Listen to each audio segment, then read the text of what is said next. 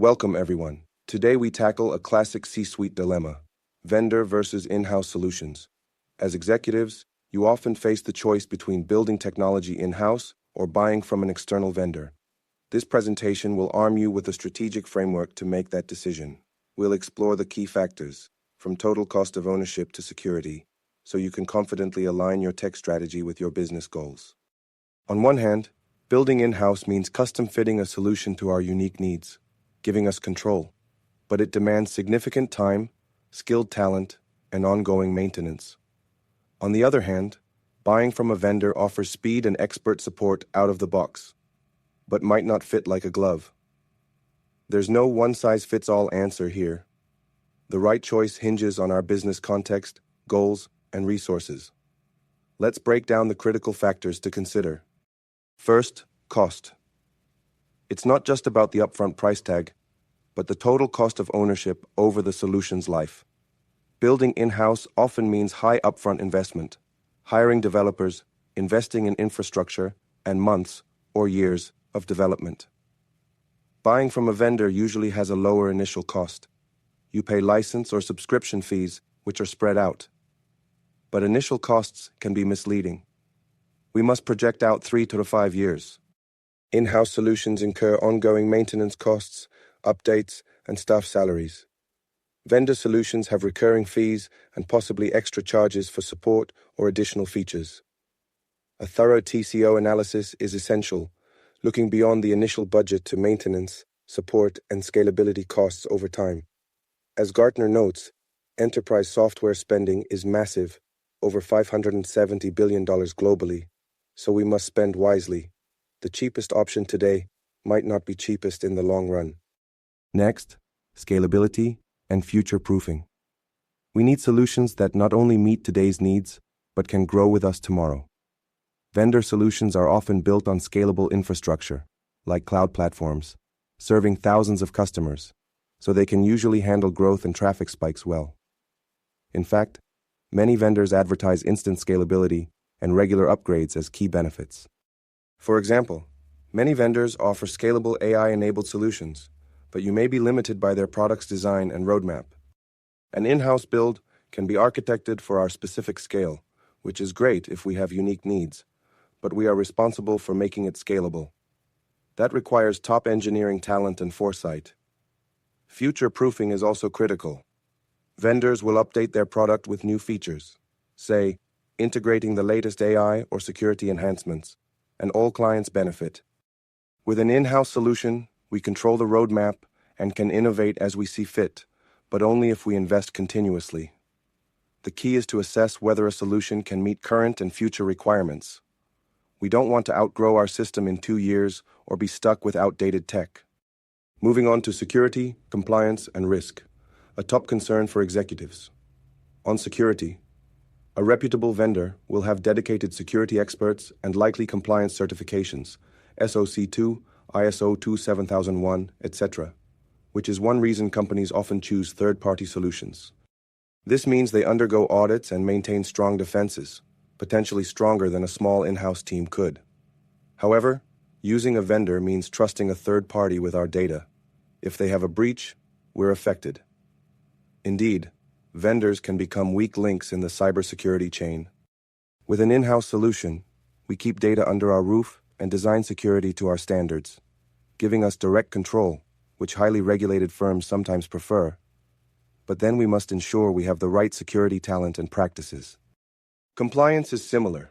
A vendor that serves healthcare or finance will often be compliant with HIPAA or FINRA out of the box, which can save us heavy lifting.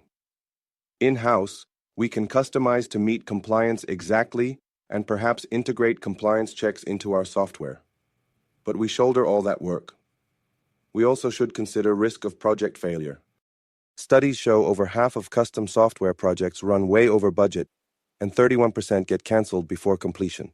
That's a risk of building in-house. On the flip side, there's vendor risk. What if the vendor fails, raises prices, or changes the product in ways that hurt us? Mitigate these by rigorous due diligence on vendors, security audits, SLA guarantees, and by following best practices internally if we build secure coding, compliance reviews, etc. Now let's talk about customization and control.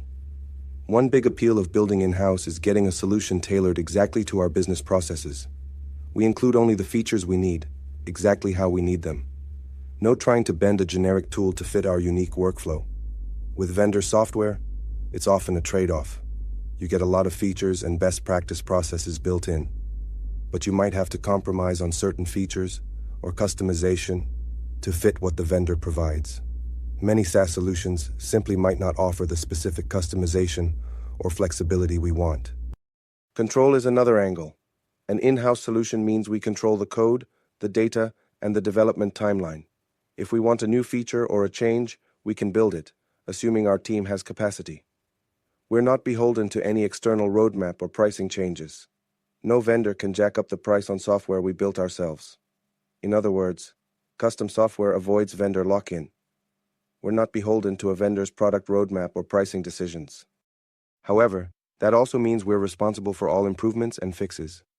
With vendor software, we relinquish some control. We might have to wait for the vendor's next release for a new feature, or request a feature and hope they prioritize it. And switching vendors later can be painful. That's the lock-in risk. If a vendor knows it's hard for you to move away, you could face high renewal costs down the line. Essentially, building gives maximum control and customization, but at the cost of effort. Buying sacrifices some control in exchange for convenience and proven functionality. Time is often a critical factor.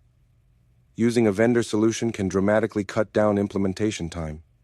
Sometimes you can be up and running in a matter of weeks, or even activate a cloud service within days. Building in-house is a longer road. Even a simple tool might take months to develop and test, while a complex system could stretch over a year or more. If speed to market is crucial, for instance, if we need to launch a new service next quarter, a vendor might have a clear edge. In fact, time to market is often the biggest pain point with the build route. Operational efficiency. Once the solution is in place is another consideration. Vendor products benefit from being used and refined by many customers. They tend to be polished and efficient at what they do, with experts ironing out the kinks over time. This can improve productivity quickly. However, because a vendor tool is generic by nature, we might need to adapt some of our business processes to fit the tool, which can temporarily impact efficiency or require retraining staff. An in-house solution is built for our way of working, so in theory, it slots in naturally, with minimal change to how we operate. That can be a big efficiency win in the long run. No extraneous features, no convoluted workarounds. But during the development phase, our team might face disruption, balancing building the new system while keeping daily operations going. Also consider training. If employees are familiar with a popular vendor's interface, adoption might be faster. A brand new custom interface might need more training, unless we design it to mimic familiar tools. The bottom line, buying often delivers results faster and can leverage a vendor's refinement, whereas building aims for a perfect fit that could drive greater efficiency after the initial development hurdle. Our decision also hinges on talent and resources. Building in-house isn't possible without the right people. We must evaluate our internal expertise and resource capacity honestly. Do we have skilled developers, architects, UX designers, and project managers free to take this on? If not, can we hire or contract them? And how long would that take? And remember, if our internal team dedicates months to building this solution, that's time they cannot spend on other projects. It's an opportunity cost. Perhaps those same developers could be building something else that drives our competitive advantage. We have to ask, is this project the best use of our precious engineering talent? On the other side, buying from a vendor gives us access to specialized expertise right away. The vendor's team essentially becomes an extension of ours for this product. Their engineers have already built the solution. Their support staff can help with deployment and troubleshooting. That's valuable if we lack certain skills in-house, for example, a particular AI algorithm or a complex compliance feature.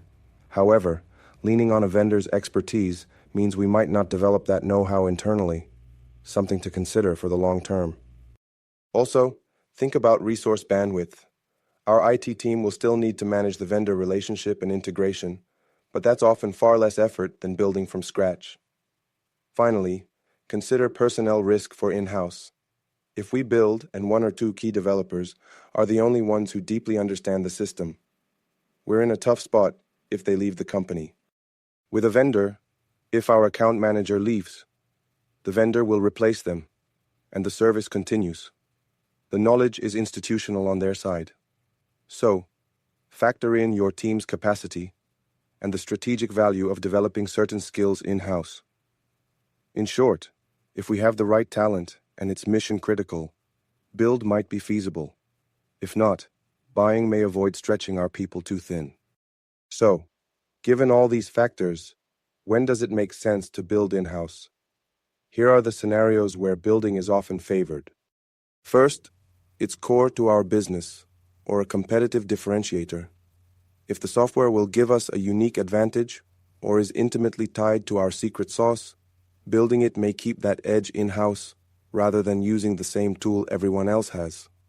For example, a fintech might build a proprietary risk modeling engine if that's their competitive edge. Second, no vendor solution truly meets our needs. If we survey the market and there's nothing that covers our requirements or products require extreme customization to fit, that's a strong case for building exactly what we need. Third, we need total control. Perhaps it's extremely sensitive data or IP, and we just cannot risk third-party involvement or limitations. Think of a proprietary trading firm building its own algorithm platform, or a company needing an interface so specific that any change by a vendor could disrupt operations. Fourth, cost analysis shows long-term savings. If our TCO calculations over, say, 5+ years show that building will cost us significantly less than paying license fees, especially if usage-based fees would skyrocket with our growth, then building might be financially prudent. We must be careful here to include all hidden costs, though.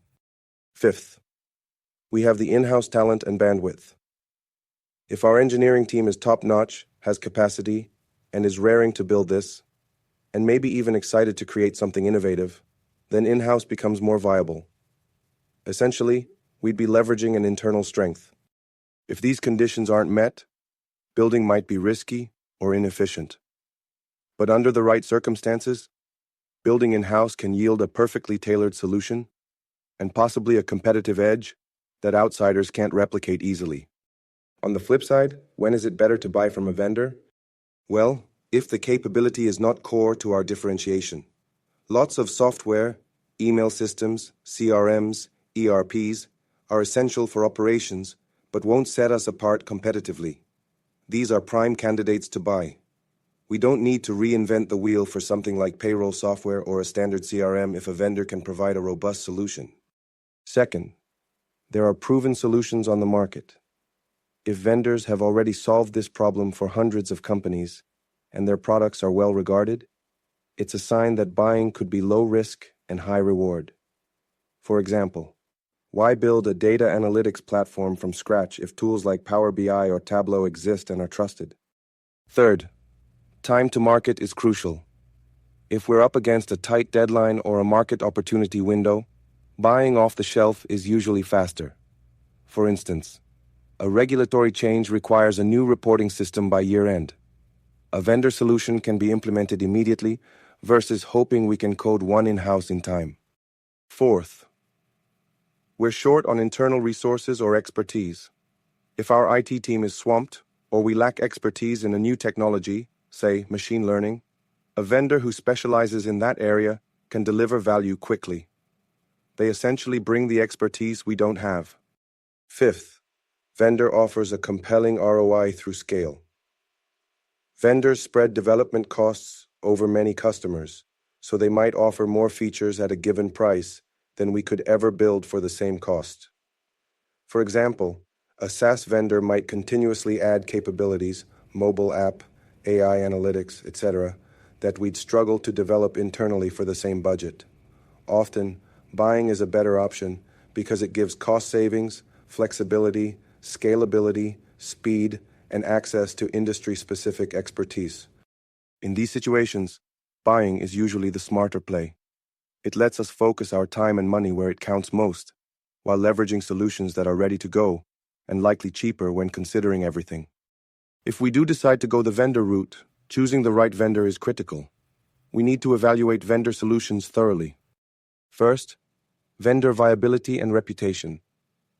We should look at the vendor's track record. How long have they been in business? Are they financially stable? Who are their clients?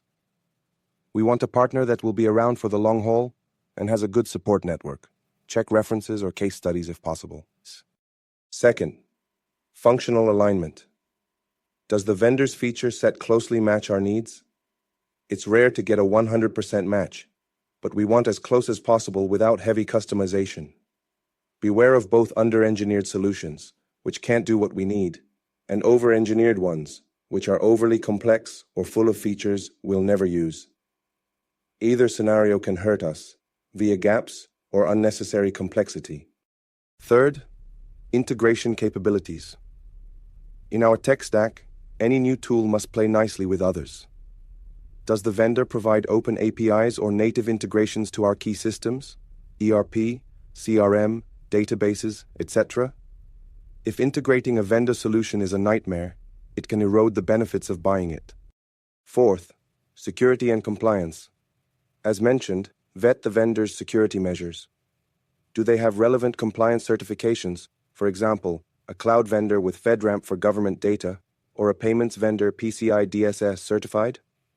Ask how they handle data, and maybe even request a security assessment or penetration test results. ThoughtWorks notes that security is often a big reason to prefer third-party solutions. But we need to verify the vendor truly meets our standards here. Fifth, total cost and contract terms. Understand the pricing model completely, subscription, per user, usage-based, and project it out over our expected usage growth. Sometimes a service that's cheap for 100 users becomes very expensive at 1,000 users. Look for any hidden costs, support fees, necessary add-ons, implementation services, etc. Also, negotiate the contract smartly. Ensure we have appropriate SLAs, service level agreements, for uptime and support. And consider an exit plan. What if we need to leave the vendor in a few years? Make sure data portability and contract length termination terms aren't too restrictive to avoid being handcuffed to a vendor longer than we want. In conclusion, there is no silver bullet answer to the build versus buy question. We must carefully weigh each of the factors we discussed: cost, scalability, security, customization, speed, talent, and consider them in the context of our business strategy and environment. Always ask, which option aligns better with our long-term strategy and core strengths? If technology is a core competency we want to lead in, we might lean toward building. If not, leveraging a vendor's expertise could free us to focus on what we do best. We also need to future-proof our decision. If we choose to build, let's commit to the ongoing investment it will require: maintenance, updates, and maybe refactoring when technology evolves. If we choose to buy, let's keep an eye on the vendor and the market. Have an exit strategy or a plan B in case the vendor's situation changes or the product no longer meets our needs in a few years. In short, be ready to adapt.